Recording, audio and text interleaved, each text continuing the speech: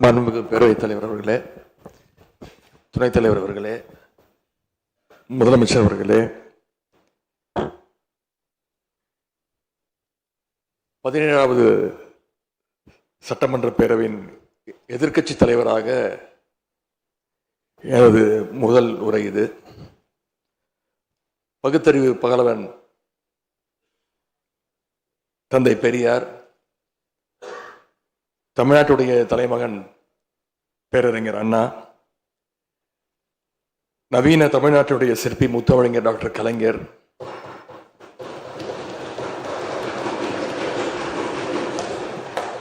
இந்தியாவுக்கே வழிகாட்டிய திராவிட மாடல் ஆட்சியை தந்த திராவிட முன்னேற்ற கழகத்துடைய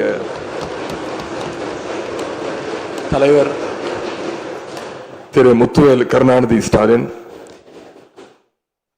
என எங்களுடைய தலைவர்களை எல்லாம் வணங்கி என்னுடைய இந்த உரையை துவங்குகின்றேன். முதல்ல என்னை 2வது முறையாக தேர்ந்தெடுத்து இந்த சட்டமன்றத்திற்கு அனுப்பிய என்னுடைய சேப்பாக்கம் திருவல்லிக்கேணி தொகுதி மக்களுக்கு என்னுடைய நன்றியை நான் இங்கே தெரிவித்துக் கொள்கின்றேன். அதே போல எங்கள் தலைவர் தலைமையிலான திராவிட முன்னேற்ற கழகத்துடைய கூட்டணிக்கு 1,52,82,782 வாக்குகளை தந்த தமிழ்நாட்டு மக்களுக்கு என்னுடைய நன்றியை நான் தெரிவித்துக் கொள்கின்றேன். அதேபோல எங்களுடைய கூட்டணி சட்டமன்ற உறுப்பினருடைய வெற்றிக்காக உழைத்த திராவிட முன்னேற்ற கழகத்துடைய அனைத்து நிர்வாகிகளுக்கும், முத்தமிழறிஞர் டாக்டர் கலைஞருடைய உயிரினும் மேலான அன்பு உடன்பிறப்புகளுக்கும், தோழமை இயக்க தலைவர்களுக்கும் தொண்டர்களுக்கும் என்னுடைய நன்றியை நான் தெரிவிச்சுக்கிறேன். இந்த அவையில என் கூட நின்று எனக்கு வழிகாட்டக்கூடிய எதிர்க்கட்சி துணைத் தலைவர் அண்ணன் திரு KN நேரு அவர்களுக்கும், எங்களுடைய கொறடா அண்ணன் வேறு அவர்களுக்கும், துணை கொறடா அண்ணன் திரு கோவி செழியன், செயலாளர் அண்ணன் திரு தங்கம் தென்னரசு, பொருளாளர் அண்ணன் திரு MRK பன்னீர்செல்வம் ஆகியோருக்கும், கழக சட்டமன்ற உறுப்பினர்களுக்கும் என்னுடைய நன்றியை நான் தெரிவிச்சுக்கிறேன். சட்டமன்றத்தில் நேற்று நாம அத்தனை பேரும் பதவி பிரமாணம் செஞ்சுக்கிட்டோம். அதன் பின்பு இன்னைக்கு முதல் நடவடிக்கையா பேரவைத் தலைவரை இன்றைக்கு தேர்ந்தெடுத்திருக்கிறோம். வரலாற்று சிறப்புமிக்க இந்த சட்டப்பேரவையில் மாண்புமிகு பேரவைத் தலைவராக தேர்ந்தெடுக்கப்பட்டிருக்கக்கூடிய உங்களுக்கும், துணைத் தலைவராக தேர்வு செய்யப்பட்டிருக்கக்கூடிய திரு ரவிசங்கர் அவர்களுக்கும் எங்களுடைய தலைவர் சார்பாகவும் கழக சட்டமன்ற உறுப்பினர்கள் சார்பாகவும் மீண்டும் என்னுடைய வாழ்த்துக்களை நான் தெரிவிச்சுக்கிறேன். மாண்புமிகு பேரவைத் தலைவர் அவர்களே, இங்கே ஏற்கனவே எல்லாரும் குறிப்பிட்டது போல நானும் கேள்விப்பட்டிருக்கேன். நீங்க எப்பொழுதுமே சிரித்த முகத்துக்கு சொந்தக்காரர்னு கேள்விப்பட்டிருக்கிறேன்.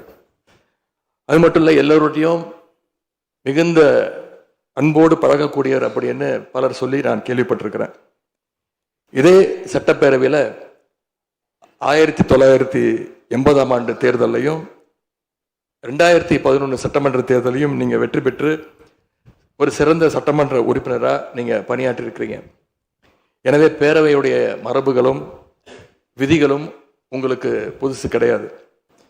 நீங்க தேர்ந்தெடுக்கப்பட்ட இப்பொழுது சேர்த்து 3 முறையும் ஆளுங்கட்சி உறுப்பினரா சட்டமன்றத்துக்குள்ள நீங்க வந்திருக்கிறீங்க. இந்த முறை எதிர்க்கட்சிகளையும் அரவணைச்சு செயல்படுகின்ற ஒரு பேரவைத் தலைவரா நீங்க பொறுப்பேற்றிருக்கிறீங்க. அந்த பொறுப்புல ரொம்ப சிறப்பா நடுநிலைமையோடு செயல்படுவீங்க அப்படிங்கிறதா எங்க அத்தனை பேருடைய எதிர்பார்ப்பு. அதே போல ஒரு எளிய பின்னணியிலிருந்து வந்த முதன்முறையாக சட்டமன்ற உறுப்பினராக பொறுப்பேற்றிருக்கக்கூடிய, மக்களால் தேர்ந்தெடுக்கப்பட்டிருக்கக்கூடிய திரு மாண்புமிகு ரவிக்குமார் அவர்கள் பேரவையினுடைய துணைத் தலைவராக உங்களுக்கு உறுதுணையாக இருந்து இந்த அவையை வழிநடத்துவார் அப்படின்னு நாங்கள் அத்தனை பேரும் நம்புகிறோம்.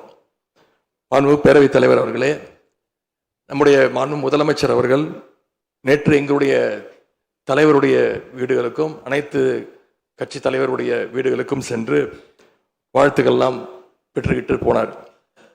அந்த அரசியல் நாகரிகம் இந்த பேரவையிலும் தொடரணும் அப்படிங்கிறதா எங்களுடைய எண்ணம், எதிர்பார்ப்பு. ஏற்கனவே நான் சொல்லியிருந்தாலும் மறுபடியும் சொல்ல விரும்புகிறேன். திராவிட முன்னேற்ற கழகம் இந்த சட்டப்பேரவையில் எதிரி கட்சியா இல்லாம ஒரு ஆக்கப்பூர்வமான எதிர்கட்சியாக நிச்சயம் செயல்படும். எங்க தலைவர் அவர்கள் சொன்ன மாதிரி திராவிட முன்னேற்ற கழகம் என்னைக்குமே ஒரு ஆக்க சக்தி தான். மாண்புமிகு பேரவைத் தலைவர்களே, இந்த பேரவைக்குன்னு ஒரு மிகப்பெரிய வரலாறு இருக்கு. இன்னைக்கு இந்தியாவில் பண்பாட்டு ரீதியாகவும் பொருளாதார ரீதியாகவும் தமிழ்நாடு சிறப்பாக முன்னேறி இருக்கு. அப்படின்னா இந்த பேரவையில் நடந்த விவாதங்கள், எடுக்கப்பட்ட முடிவுகள், இயற்றப்பட்ட சட்டங்கள், நிறைவேற்றப்பட்ட தீர்மானங்கள், இதெல்லாம் தான் ஒரு காரணம். பிற மாநிலங்களுக்கெல்லாம் ஒரு எடுத்துக்காட்டாக வழிகாட்டக்கூடிய வகையில் செயல்பட்டு இந்தியாவையே திரும்பி பார்க்க வச்ச சட்டமன்ற பேரவை இந்த தமிழ்நாட்டு சட்டமன்ற பேரவை. அப்படிப்பட்ட இந்த பேரவையில் ஆரோக்கியமான ஆக்கப்பூர்வமான விவாதங்களுக்கு இடம் கொடுத்து ஜனநாயக மாண்புகளுக்கு முக்கியத்துவம் கொடுத்து பேரவைத் தலைவர் அவர்கள் என்றைக்கும் நடுநிலைமையோடு செயல்பட வேண்டும் என்று நாங்கள் அனைவரும் விரும்புகின்றோம். நாம் இங்க ஆளுங்கட்சி எதிர்கட்சி அப்படின்னு எதிர் வரிசையில் உட்கார்ந்திருந்தாலும் தமிழ்நாட்டுடைய வளர்ச்சின்னு வரும்போது நாம் அனைவரும் ஒரே வரிசையில் முன் வரிசையில் நின்று உழைக்கணும்னு நான் விரும்புகிறேன். அதைத்தான் தமிழ்நாட்டு மக்களும் எதிர்பார்த்துக்கிட்டு இருக்கிறாங்க, விரும்புகிறாங்க. திராவிட முன்னேற்ற கழகமும் அதைத்தான் விரும்புது.